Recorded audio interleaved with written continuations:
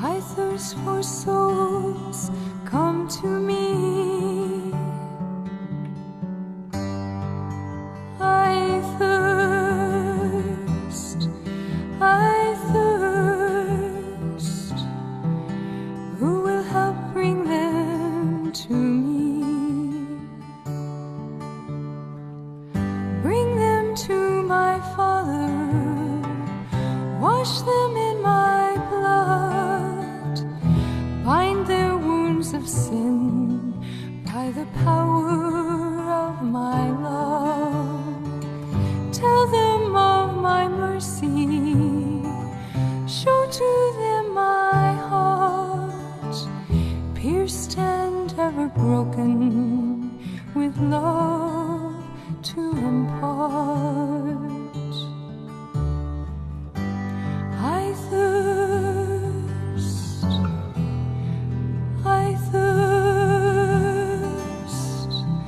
I thirst for souls, come to me. I thirst,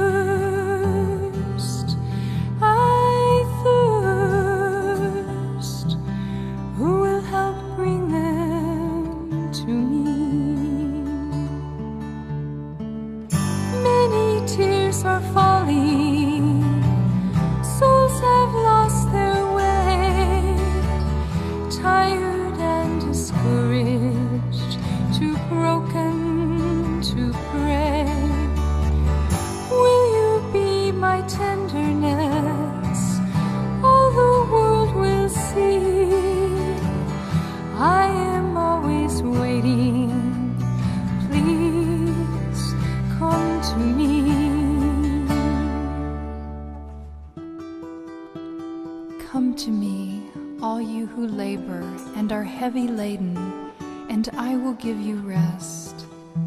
Take my yoke upon you and learn from me, for I am gentle and lowly in heart, and you will find rest for your souls.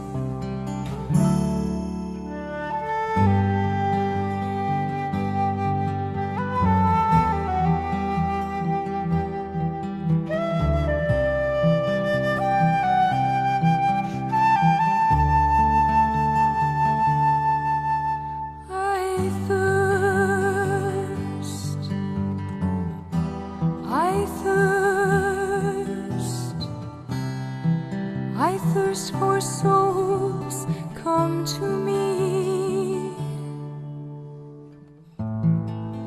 Who will help bring them to me? I thirst.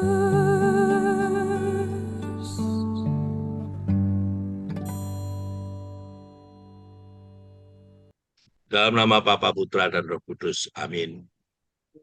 Bapak, Ibu, dan sahabat-sahabat sekalian, pada waktu hening ini, saya ingin mengajak Bapak Ibu untuk merenungkan kata-kata mutiara yang baru saja kita bawa untuk tema dalam bulan Juli ini. Mari kita bawa semua masa lalu kita kepada hati kudus Yesus, dan kita mohon rahmat, biarlah dengan kita membawa kepada hati kudus Yesus, kita hanya mendapat sukacita yang berasal dari hati kudus Yesus sendiri.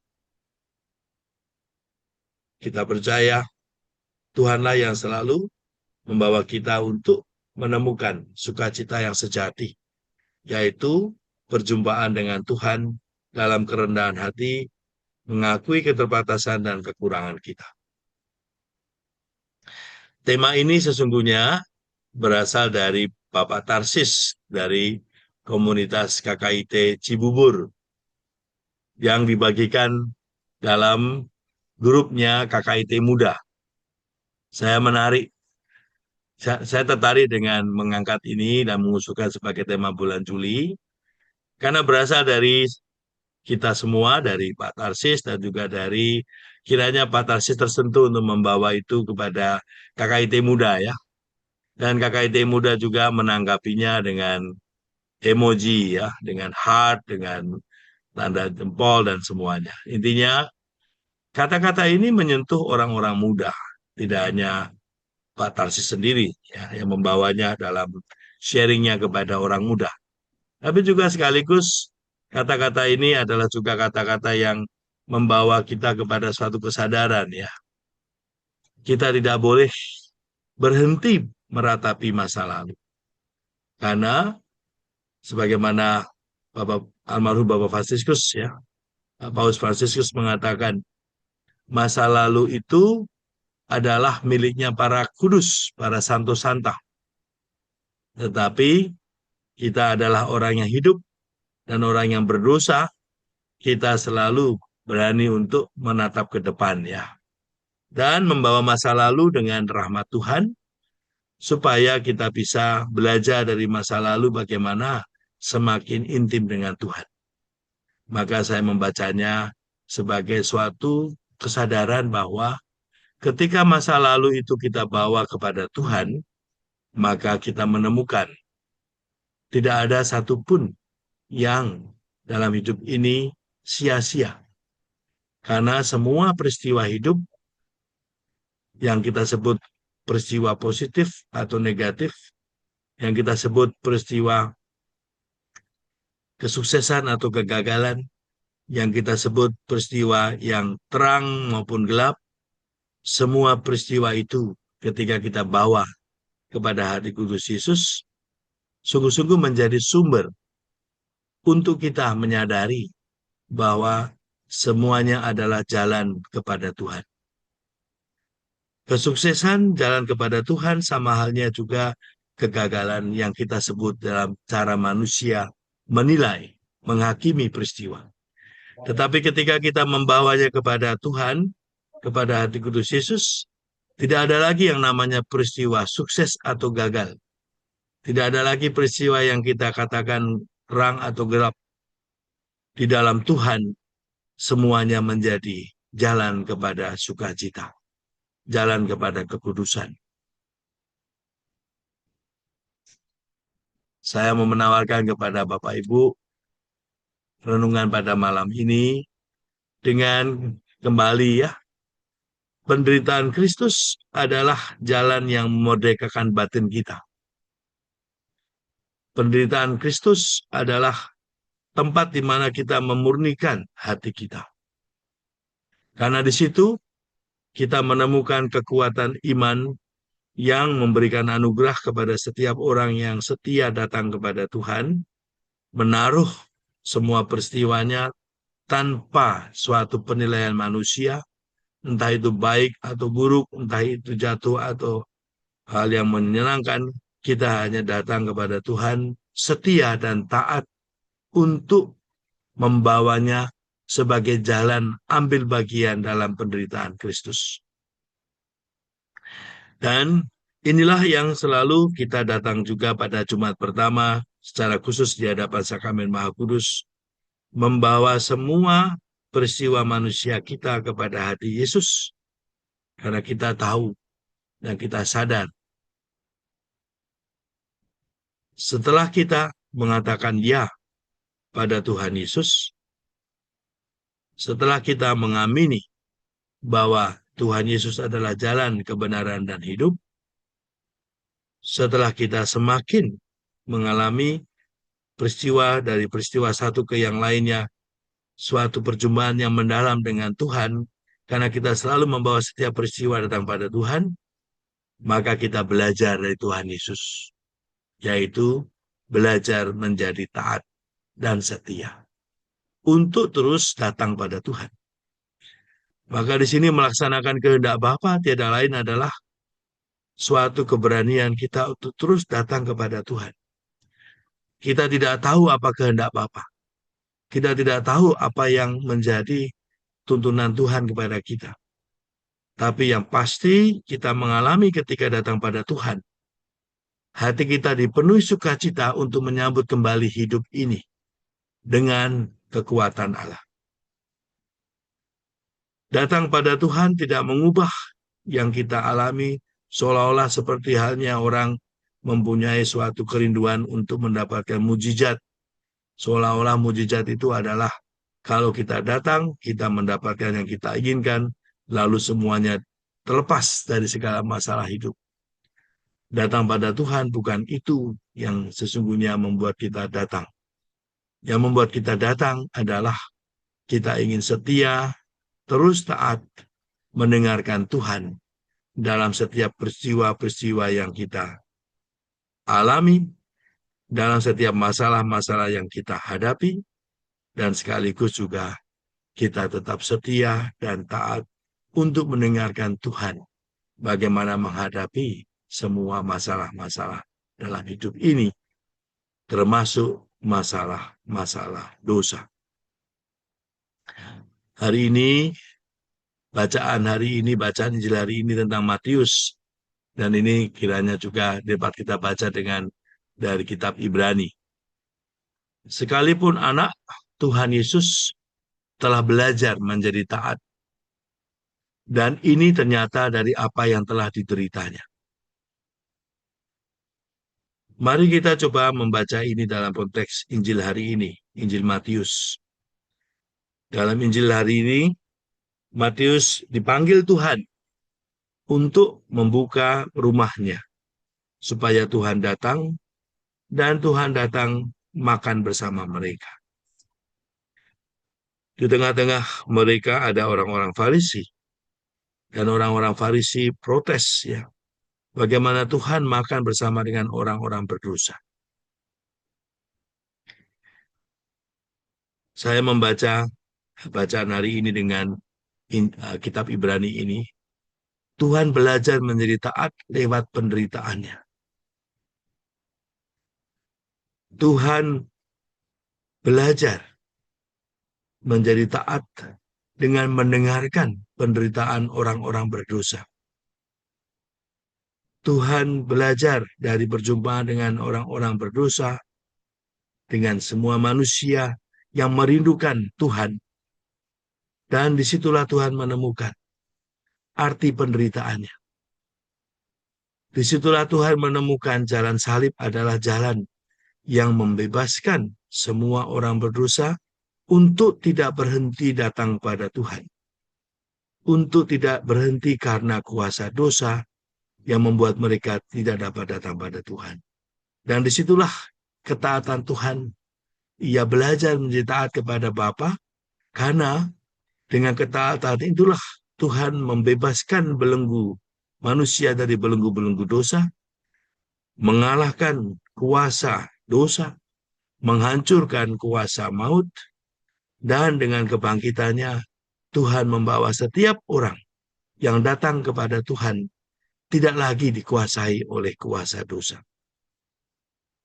Maka penderitaan setiap manusia berdosa, baik pada zaman Yesus maupun hari ini, telah menjadi tempat Tuhan belajar taat kepada Bapa, dan dengan demikian juga ketaatan itu juga menjadi ketaatan yang membawa anugerah kepada kita, yaitu anugerah sukacita.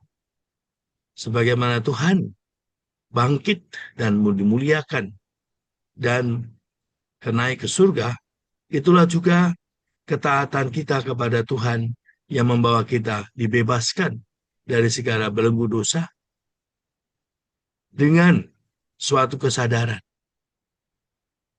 Dalam kitab Ibrani dikatakan, dan sesudah mencapai kesempurnaan, ia menjadi pokok keselamatan abadi bagi semua orang yang taat kepadanya. Dan inilah kesadaran kita. Yang membebaskan kita dari belenggu dosa bukanlah kesadaran manusia dengan kemampuannya dia tidak lagi berbuat dosa, tetapi kesadaran bahwa kita telah dibebaskan oleh ketaatan Tuhan Yesus sampai mati di kayu salib. Itu semua Tuhan belajar dari mendengarkan penderitaan orang-orang berdosa.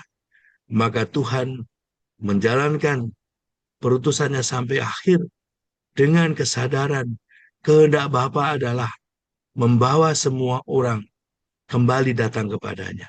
Dan Tuhan Yesus adalah jalannya. Tuhan Yesus adalah kebenarannya, dan Tuhan Yesus adalah hidup. Dan itulah yang membawa Ibu Teresa dan semua yang kita mengikuti teladan Ibu Teresa.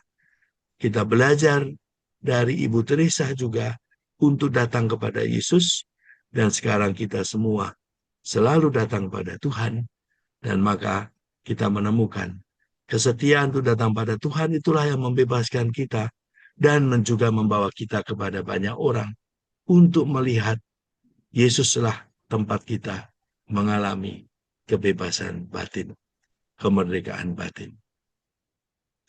Maka Bapak Ibu, inilah yang selalu kita sadari. Dengan kita datang pada Tuhan, kita semakin mengetahui tujuan hidup kita. Dalam Injil hari ini, orang-orang Farisi memarahi Yesus, menghakimi Yesus. Kenapa ia datang pada orang berdosa? Tapi disinilah titik di mana orang-orang Farisi yang digambarkan dalam kitab suci berhenti untuk mencari tujuannya kepada Tuhan, tetapi tujuannya disempitkan oleh apa yang dipikirkan oleh manusia. Sekali berdosa, orang tidak layak lagi untuk hidup. Sekali berdosa, orang tidak layak lagi untuk mendapatkan keselamatan. Sekali berdosa, orang kehilangan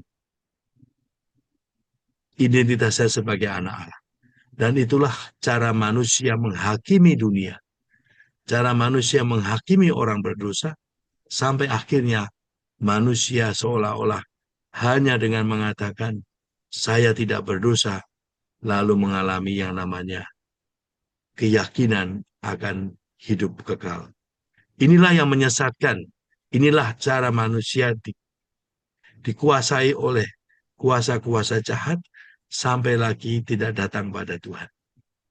Tidak ada satupun manusia yang mempunyai kemampuan mengatakan selamat. Atau tidak ada satupun dengan pikiran manusia yang mengatakan kamu selamat dan kamu tidak selamat. Itulah cara dosa yang selalu membuat manusia berhenti untuk datang pada Tuhan.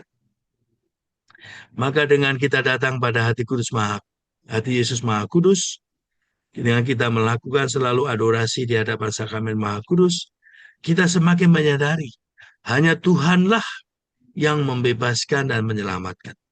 Tidak ada pikiran manusia satupun yang dapat mengatakan kamu selamat atau tidak. Agama bukanlah menjadi tujuan. Agama bukanlah menjadi pembatas. Justru agama seharusnya menjadi wadah yang membuat manusia datang kepada Tuhan. Dan untuk itu, maka Gereja Katolik selalu menyadarkan kepada setiap umat Katolik, baptisan itulah yang menjadi rahmat yang membuat manusia diutus. Baptisan kita bukanlah berhenti untuk mengajarkan tujuan kita adalah Gereja Katolik. Tujuan kita adalah ambil bagian dalam perutusan Tuhan Yesus yang terus membawa setiap manusia membuka hatinya kepada dunia yang masih menolak Tuhan. Maka di sini tujuan hidup kita temukan dengan datang kepada Yesus, dengan kita menyembah, memuliakan Tuhan, menghormati sakramen Maha Kudus di mana Tuhan hadir. Disitulah kita menemukan kekuatan yang selalu membawa kita untuk terus melihat tujuan kita adalah menghormati, mengabdi Allah Tuhan kita. Dan dengan itu kita menyelamatkan jiwa kita sendiri. Bapak, Ibu, dan sahabat-sahabat KKIT, tema kata-kata mutiara pada bulan ini, mari kita taruh masa lalu kita kepada hati Yesus Maha Kudus, dan kita dengan datang kepada hati Yesus Maha Kudus ini kita menemukan kembali kekuatan sukacita. Bagaimana sukacita itu menjadi tanda bahwa kita uh, selalu datang pada Tuhan, yaitu karena kita tidak lagi menghakimi. Kita tidak lagi melihat manusia dengan cara kita melihat, tetapi kita melihat manusia sebagai anugerah. Apapun manusia itu, dengan segala macam ceritanya, dengan segala macam kisahnya, dengan datang pada Tuhan Yesus, dengan kita menghormati sakramen Maha Kudus, hati kita semakin dipenuhi oleh hati Yesus yang Maha Kudus. Hati yang melihat dan terus belajar dari setiap orang berdosa. Bagaimana penderitaan setiap orang berdosa ketika mereka berhenti untuk datang kepada Tuhan. Mari kita lihat video ini.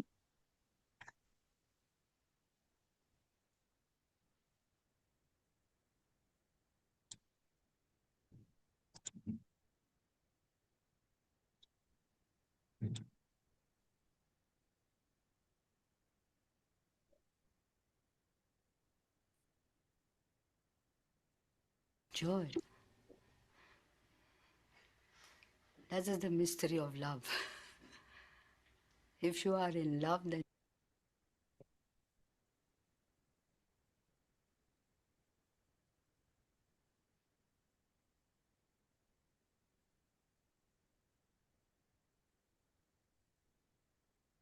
joy. That is the mystery of love. If you are in love, then you are full of joy. If we accept the good news that God loves us, that we are somebody very special to Him, that in tenderness and love He has created us, He has loved us, He keeps us alive and all that. Tenderness and love, that is the reason of all joy. And that's what Jesus came, that my joy may be yours. God speaks in the silence of the heart, and we listen. And then we speak to God from the fullness of our heart. First we listen, God speaks, and then we speak and God listens.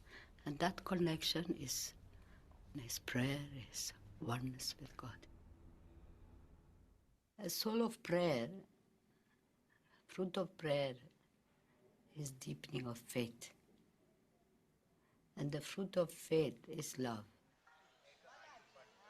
And the fruit of love is service. And the fruit of service is peace. That's why we need to pray to have a clean heart. And if we have a clean heart, we can see God. And if we see God, naturally we begin to love one another. That means we see and we look, and then we give our hands to serve and our hearts to love. And that's the beginning of holiness. Difficult to explain. But once you realize that presence, then you know whom you are touching, whom you are loving, whom you are serving. It is Jesus.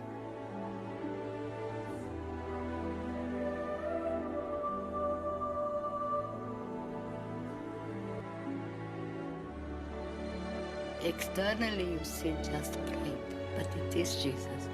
Externally you see just a poor person, but it is Jesus. Difficult to explain. It's a mystery of love. It's one of those things that human mind cannot reach. But we have to bend. It is He. It is Him we receive, and it is Him we serve. Our love for Christ in action is service, Him and the poor. Because He said very clearly, whatever you do to the least of my brethren, do it to me. And to make sure that we understand, He said at the hour of death, we are going to be judged what we have been. I was hungry, you gave me to eat. I was naked, you clothed me. I was sick, and in prison you visited me. I was homeless, and you took me in. Come, O blessed of my Father. A young girl and That's why right from the beginning, even the younger sisters have to be taught of that presence in the Eucharist and His presence in the poor. And that these two presence, that's only one presence actually. These two, like two loves, but actually it's one love. And that's why we begin the day with prayer.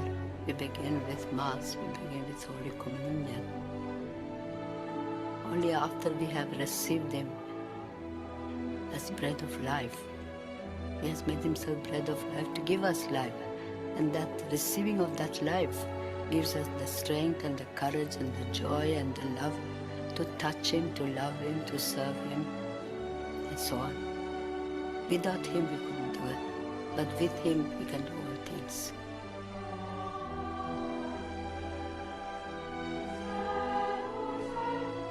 Joy. Saya selalu ingat dengan apa yang selalu Ibu Teresa ceritakan tentang Jacqueline de Decker ya. Video ini sudah berkali-kali saya gunakan dalam kesempatan ini dan setiap kali membaca video ini, mendengarkan dan selalu ingat bagaimana dosa, pengalaman dosa itu ketika kita tidak datang kepada Tuhan membuat kita menderita. Kalau saya membayangkan orang-orang yang sakit seperti Jacqueline de Decker ya, pasti dalam satu titik dalam sejarah hidupnya ada titik di mana dia meratapi sakitnya. Dan banyak juga orang yang mengkaitkan dengan dosa. Seolah-olah sakit sebagai kutukan. Seolah-olah sakit sebagai hal yang membuat kita melakukan kesalahan kepada Tuhan. Dan kerap juga orang berusaha untuk menjadi sembuh ya. Bisa disembuh secara fisik dalam arti menolak ya. Jadi banyak orang yang ingin menjadi sembuh secara fisik, tapi sesungguhnya di situ menolak Tuhan. Penderitaan adalah sesuatu yang selalu negatif.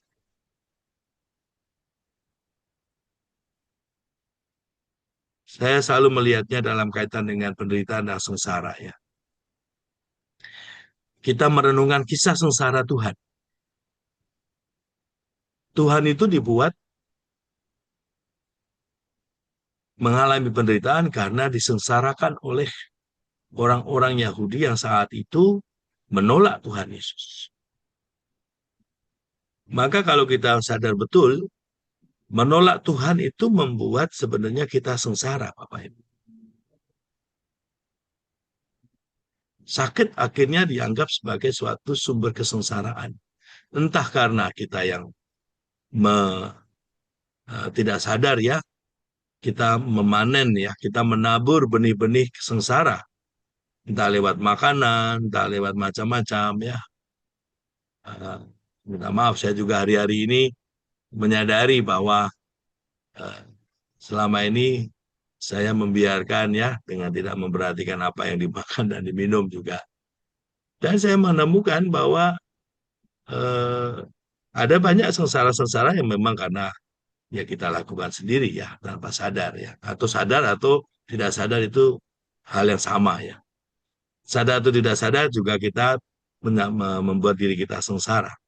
Tetapi akibat itu saya mengalami penderitaan. Dalam arti apa? Ya, ada sakit, ada itu.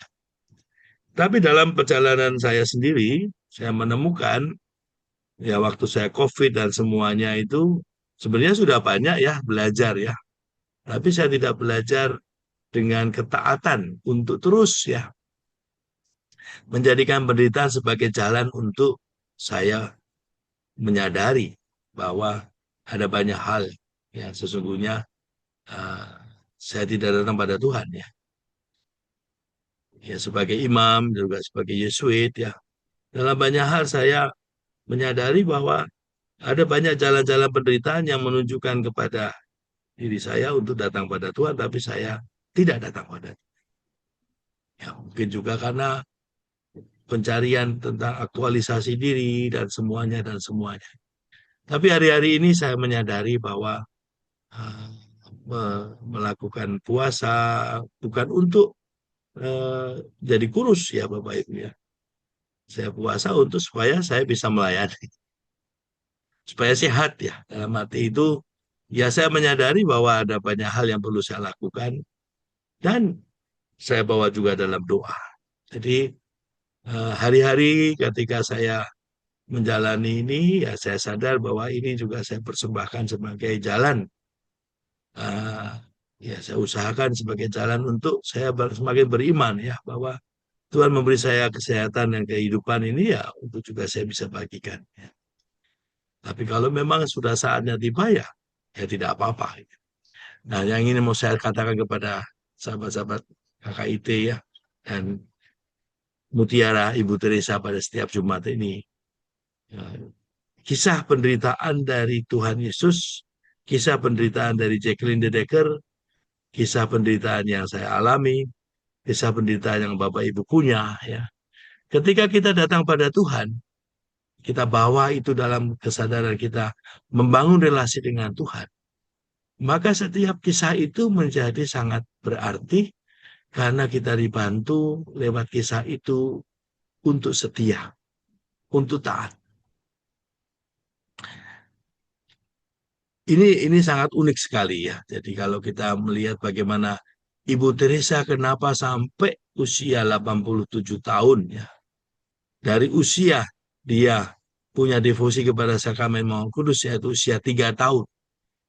Dan di usia 11 tahun dia memutuskan untuk masuk biara. Dan di usia 12 dia siap diutus ke India. Dan dia terus di sana membangun devosi kepada sakramen Maha Kudus. Apa di balik itu semua yang menjadi anugerah sukacita dia? Yaitu joy. Seperti tadi dikatakan dalam film tadi ya. Joy, sukacita. Itulah yang membuat Ibu Teresa berada hari ini. Dan menjadi inspirasi bagi kita. Sukacita itu karena datang pada Tuhan. Dan kerinduannya untuk datang pada Tuhan itulah yang sejak kecil membuat Ibu Teresa menjadi pribadi yang terus tidak pernah tidak datang pada Tuhan. Dalam buku Come Be My Light ya, jelas sekali di situ buku yang mengisahkan pengakuan hidupnya di hadapan apa pengakuannya yang akhirnya oleh Paus Benedikt ke-16 dibuka untuk umum sebagai suatu inspirasi bagaimana Ibu Teresa dalam 60 tahunan ya lebih ya dia hidup dalam penderitaan, dalam kegelapan, tetapi di situ dia mengatakan sekalipun aku tidak menemukan Tuhan yang aku inginkan dalam gambaran kegembiraan dan kebebasan dari penderitaan, tapi dia mengatakan sekali-kali pun aku tidak meninggalkan Tuhan. Kalau dalam bahasa yang hari ini kita yang renungkan, dia tidak pernah tidak datang pada Tuhan.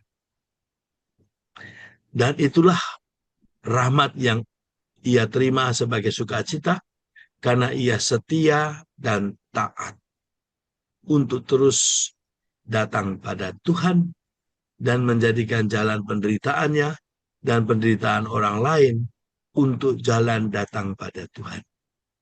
Dan inilah yang saya menemukan sukacita rohani Bapak Ibu ya. Sukacita rohani itu bukan tentang kita dilepaskan dari sakit kita atau penderitaan kita. Sukacita rohani itu adalah dalam penderitaan pun, baik penderitaan diri kita sendiri maupun penderitaan orang lain, kita tetap datang pada Tuhan. Semakin kita menemukan penderitaan banyak orang, semakin kita datang pada Tuhan dan mendoakan orang. Inilah kekuatan dari joy yang kita terima dari Tuhan. Sukacita yang membuat kita setia dan taat terus. Baik bagi diri kita, baik bagi orang lain, baik bagi sesama kita. Kita membawa semua dalam kehadiran Tuhan. Maka datang kepada Ekaristi menjadi suatu kebutuhan bagi Ibu Teresa karena itulah yang membuat dia datang kepada orang lain. mencari orang yang menderita. Mencari orang yang menderita karena orang berhenti dalam hidupnya hanya meratapi kesengsaraan, tapi tidak melihat di balik hidupnya itu ada rahmat yang tersembunyi. Dan kehadiran Ibu Teresa dan para suster membuka hati mereka. Masih ingat video yang mengisahkan Ibu Teresa menemukan 5 orang di pinggir jalan, di selokan, lalu membawa mereka kepada the dying home ya.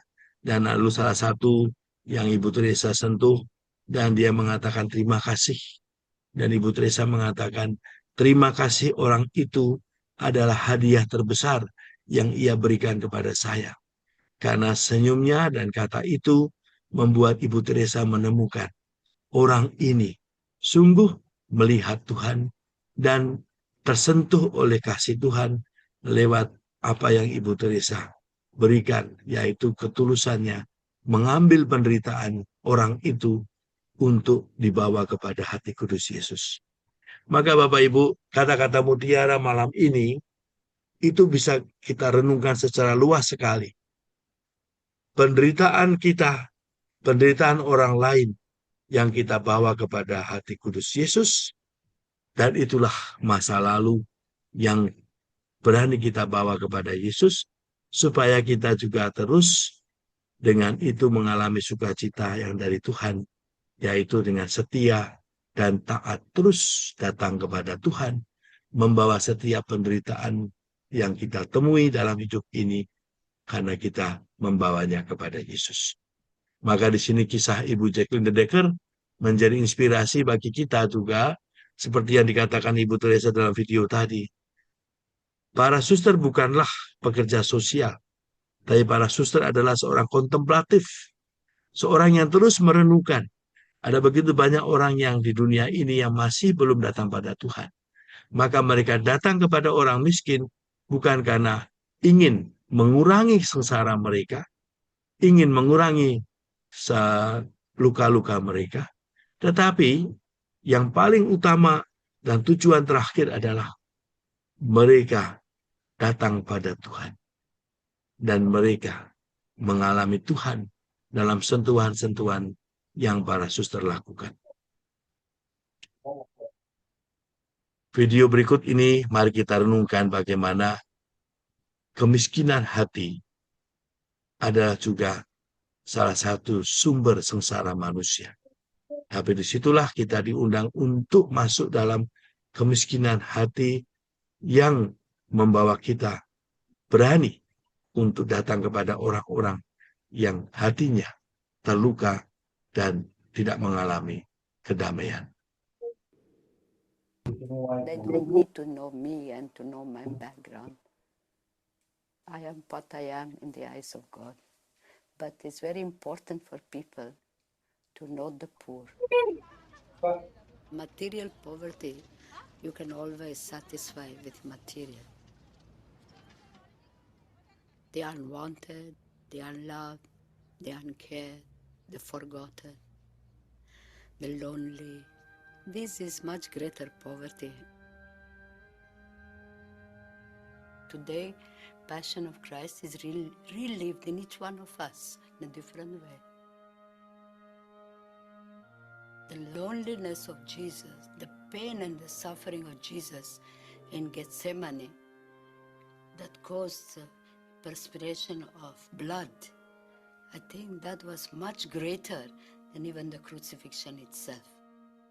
Crucifixion was temporary on the flesh, but the agony of the loneliness, or the agony of being rejected, being left alone, caused that perspiration of blood. And I think today we see that loneliness being relieved in many, many rich countries where people are going through a torture of being unwanted, rejected. And I think that is the greatest suffering and the greatest poverty today. But I think that the simplest way to show God's love and that God loves us is what Jesus came to teach us, is that love for one another.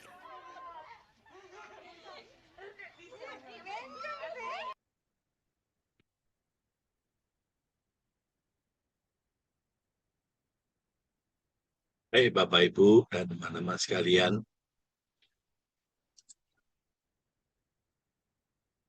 dalam renungan kita malam ini, datang kepada Tuhan membawa masa lalu kita, khususnya masa lalu yang mengganggu ya Bapak Ibu. Ketika masa lalu yang mengganggu itu masih ada, berarti kita masih belum melihat itu sebagai jalan kepada Tuhan. Kita berhenti meratapi masa lalu itu dengan cara kita memperlakukan diri kita sebagai orang yang sengsara. Tetapi kalau kita sudah berangkat untuk berani, setia dan taat datang pada Tuhan, maka masa lalu itu tidak hanya mengganggu, tapi masa lalu itu menjadi jalan. Karena kita seperti Tuhan Yesus ya belajar dari penderitaan, baik penderitaan diri kita maupun penderitaan orang lain. Maka kalau kita masih melihat masa lalu ada yang masih mengganggu, kita pun juga belum dapat melihat penderitaan orang lain sebagai jalan kepada Tuhan. Karena penderitaan diri kita belum kita lihat sebagai jalan kepada Tuhan. Apa buahnya dengan kita membawa masa lalu apapun ya kepada Tuhan? Buahnya adalah kita sukacita. Dan sukacita itu adalah energi yang membuat kita taat dan setia untuk terus datang pada Tuhan. Kalau kita sudah mampu membawa penderitaan kita sebagai jalan datang pada Tuhan, maka kita pun juga diberi rahmat oleh Tuhan untuk mengajak orang lain membawa penderitaannya datang pada Tuhan. Nah, sekarang saya buka layar ya. Baik. Saya mau mengakhiri renungan malam ini dengan satu cerita. Baru saja saya bertemu dengan seseorang ya. Dan ya ini juga orang yang selalu saya doakan ya. Dan orang ini datang dalam kesadaran dia tidak dapat mengampuni ya orang tuanya. Dan bahkan dia sendiri mengatakan dirinya sekarang ini ya karena orang tuanya. Jadi ceritanya adalah dia sejak kecil dia merasa takut ya karena selalu dimarahi dan kalau saya dengan orang tuanya juga mengatakan ya saya sadar Romo, tapi dulu saya punya mengajarkannya juga dengan cara itu waktu kecil juga ya. Ini suatu copy paste ya cara pengajaran. Ya ini bukan soal tentang bagaimana yang baik dan tidak baik, tapi bahwa berjalan bersama masa lalu itu tidak lagi berhenti untuk kita melihat masa lalu sebagai masa lalu. Kita harus melihat masa lalu dalam kacamata sekarang. Maka waktu saya tanya kepada yang bersangkutan anak itu sudah usia 40-an ya. Masih single, belum menikah. Dan dia selalu menderita mengatakan saya tidak bisa melepas masa lalu itu Romo karena mengganggu sekali. Kira saya ajak dia untuk terus menyentuhnya dengan berani untuk membawa masa lalu itu kepada Tuhan. Tidak ada cara lain, Bapak Ibu ya. Ya, tidak ada pakai jampe-jampe atau apapun saya katakan. Membawa masa lalu itu ya dengan keutuhan dan keunikan keautentisan ya, kemurnian hati ya. Karena hanya satu pilihannya, membawa atau menderita atau sengsara. Maka waktu saya ajak untuk terus membawa dalam doa, dalam sakramen Maha Kudus dan terus mendoakannya, saya dapat kabar terakhir ya, yang lalu karena berdua keluarganya sering datang ke Wisma untuk misa minggu ya. Minggu lalu saya bertemu dengan keluarganya, dia tidak ada dan keluarganya mengatakan Romo Dia sekarang lagi semangat untuk berlayar lagi ya. Ya saya tidak tahu ya apakah ini artinya setia dan taat kepada Tuhan. Tapi yang saya tahu bahwa dia sungguh-sungguh eh, berusaha ya untuk membawa dalam doa, mendoakan orang tuanya juga. Karena waktu pertama kali bertemu dengan saya, dia dendam sekali dengan orang tuanya. Dulu waktu remaja saya ingin membunuh orang tua saya, Rob. Tapi setelah saya udah usia 40, saya tidak lagi punya keinginan itu. Tapi saya masih marah. Dan kemarahan saya kadang-kadang saya berdoa supaya orang tua saya masuk neraka. Jadi sampai begitu dendamnya ya. Tapi terakhir tidak ada kabar ya. No, no news is good news ya. Tapi saya mendengar dari keluarganya bahwa dia sedang semangat lagi untuk berlayar. Sebelumnya dia sudah tidak mau lagi berbuat apa-apa. Ya kiranya saya yakin ya bahwa keberanian dia untuk datang pada Tuhan dengan cara dia, entah dengan berdoa, dan dengan apapun saya percaya. Dan juga kita yang mendoakannya. Makanya datang pada Tuhan itu bukan hanya karena kita punya masa lalu yang masih mengganggu. Tapi datang pada Tuhan juga kita kita yang mendoakan mereka yang masih merasa terganggu dengan masa lalunya bersama-sama menjadi satu satu keluarga yang saling mendoakan ya. Maka Bapak Ibu mau mengakhiri renungan ini, saya ingin mengajak pada Bapak Ibu ya, jadilah rasul-rasul yang kita dipilih oleh Tuhan untuk juga berjalan bersama mereka yang masih tidak mudah ya, menaruh masa lalunya kepada hati kudus Yesus, kepada Tuhan. Bila kita ingin menjadi rasul, maka kita pun pertama-tama harus berani menaruh masa lalu kita di sakramen Maha Kudus kepada Tuhan. Dengan cara itulah kita juga diberi anugerah sukacita. Sukacita apa Bapak Ibu? Sukacita untuk dipanggil Tuhan, diutus Tuhan kepada orang-orang yang kita jumpai ya. Ya, jumlah imam, jumlah orang kudus itu sedikit ya. Tapi juga ada banyak jumlah imam, jumlah biara-biarawati juga yang masih bergulat dengan masa lalunya ya Bapak Ibu. Malah saya sadar, banyak awam, banyak mereka yang hidup sebagai orang tua, sebagai keluarga yang menjadi kudus ya. Maka kalau saya merenungkan banyak para martir, para orang kudus yang sebagai keluarga, itu luar biasa ya Bapak Ibu ya. Maka sebenarnya datang pada Tuhan itu bukan menjadi miliknya atau menjadi panggilan semata-mata sebagai biara-biarawati. Bapak Ibu juga dipanggil untuk menjadi kudus. Dan disinilah tugas kita manusia.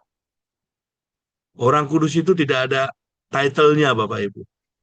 Orang kudus itu title hanya satu, yaitu setia dan taat untuk selalu datang pada Tuhan. Karena dengan menjadi orang yang datang pada Tuhan, kita sukacita karena Tuhan memilih kita. Seperti Matius ya, yang hari ini dibacakan.